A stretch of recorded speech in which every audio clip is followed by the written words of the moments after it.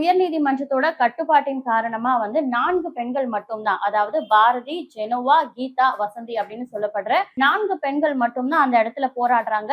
அதுவும் சாதாரண போராட்டம் கிடையாது. சாகும் வரைக்கும் உண்ணாவிரத போராட்டம் இருக்க போறோம், கால வரையற்ற உண்ணாவிரத போராட்டம் இருக்க போறோம். இந்த கோரிக்கைகளை எங்களை முதல்வர் சந்திக்கும் வரை நாங்க உண்ணாவிரத போராட்டம் இருப்போம் அப்படின்னு அவங்க அறிவிக்கிறாங்க. ரிப்பன் பில்டிங் மாளிகை வாசல்ல போராடும் பொழுது பல நூறு பெண்கள் அந்த இடத்துல போராடினீங்களே, இப்போ நீங்க 4 பேர் மட்டும் தான் இங்க இருக்கிறீங்களே அப்படின்னு சொல்லிட்டு அவங்க கிட்ட கேள்வி எழுப்பும் போது அதற்கு அவங்க சொல்லக்கூடிய பதில் என்னன்னா, நீதிமன்ற கட்டுப்பாட்டின் அடிப்படையில நாங்க 4 பேர் தேர்வு செய்யப்பட்டு இந்த இடத்துல போராடுறோம். ஆனா எங்களோட பணியாற்றிய பெண் பணியாளர்கள் யாருமே அவங்க வீட்டுல இப்பவும் சாப்பிட்டிருக்க மாட்டாங்க. நாங்க இங்க என்ன நிலைமையில இருக்கோமோ அதே நிலைமையில தான் அவங்களும் அங்க இருப்பாங்க.